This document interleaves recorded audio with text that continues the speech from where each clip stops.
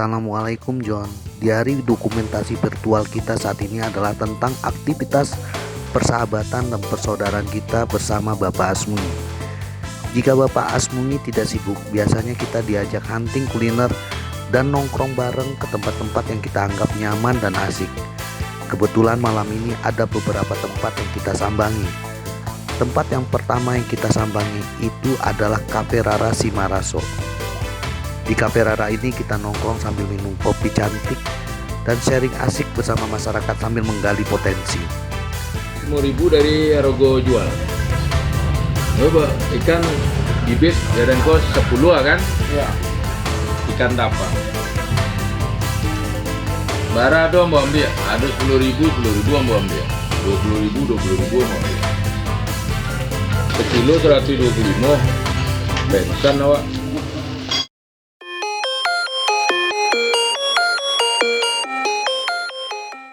Hai John, dari persaudaraan ini banyak nilai-nilai kebaikan yang kita dapat dari Bapak Asmuni. Bahwa kita harus menghormati privasi orang lain dan tidak perlu kepo dengan urusan orang lain. Belajar untuk menghormati sesama tanpa mengenal nama.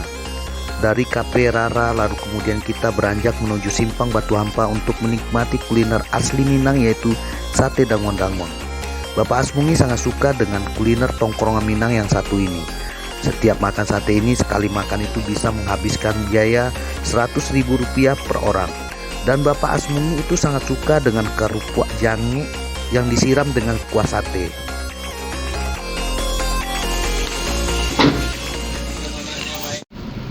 Saya sekali jalan-jalan sama abang beda.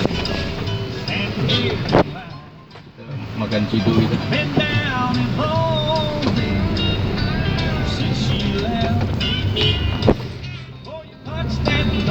Saya dulu bang. Jalan. Bawahnya yang saya.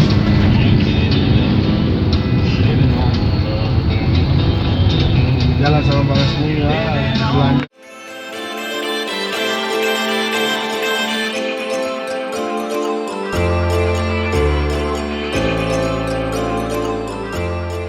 Setelah menikmati sate dangun-dangun, lalu kita langsung beranjak ke kota Payakumbuh untuk meminum jamu dan bubuk cido. Bapak Asmuni sangat peduli dengan pola hidup sehat. Sebagai seorang pejabat tinggi negara dan pengusaha tentu banyak rutinitas kesibukan yang harus beliau jalani. Untuk menjaga stamina dan kesehatan tubuh, beliau rutin meminum jamu. Dan di kota Payakumbuh, Bapak Asmuni sangat suka nongkrong di bubuk cido yang berada dekat dari Simpang Tugu Kalpataru. Selain itu, Bapak Asmuni sering diundang oleh para pengusaha dan instansi pemerintah sebagai narasumber untuk menjadi motivator di hotel-hotel dan perkantoran. Tahu nggak brother, berapa bandrol beliau dalam satu kali acara di setiap penampilan beliau? Itu cukup biar kita saja yang tahu.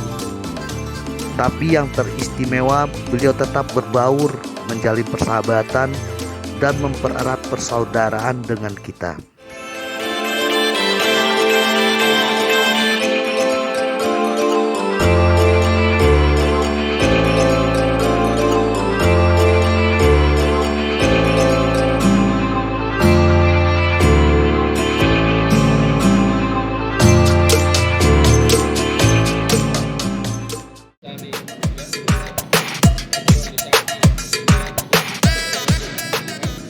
Hari telah larut malam dikarenakan ada jadwal beliau keesokan harinya memenuhi undangan sarapan pagi bareng bersama Gubernur Sumatera Barat, Buya Mahyeldi. Dengan kerendah hatian beliau kita diantar ke rumah masing-masing untuk istirahat. Karena pada subuh harinya Bapak Asmuni bersama Bapak Ardiansah harus ke Kota Padang. Selain temu ramah tamah dengan Bapak Gubernur Sumatera Barat, kemudian lanjut rapat ke kantor Kadispora Provinsi Sumatera Barat dalam rangka kerjasama sebuah kegiatan ke depannya. Menurut beliau, baru kali inilah pemerintah daerah Sumatera Barat begitu cukup perhatian kepada IPDN. Bagaimanapun IPDN adalah salah satu potensi besar yang ada di Sumatera Barat.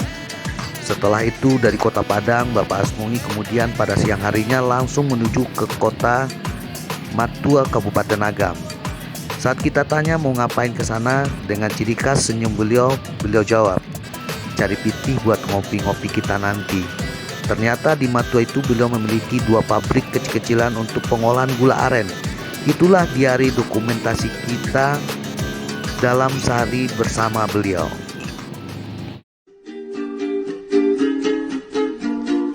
Kulangkahkan kakiku yang rapuh, tinggalkan sepi kota asalku.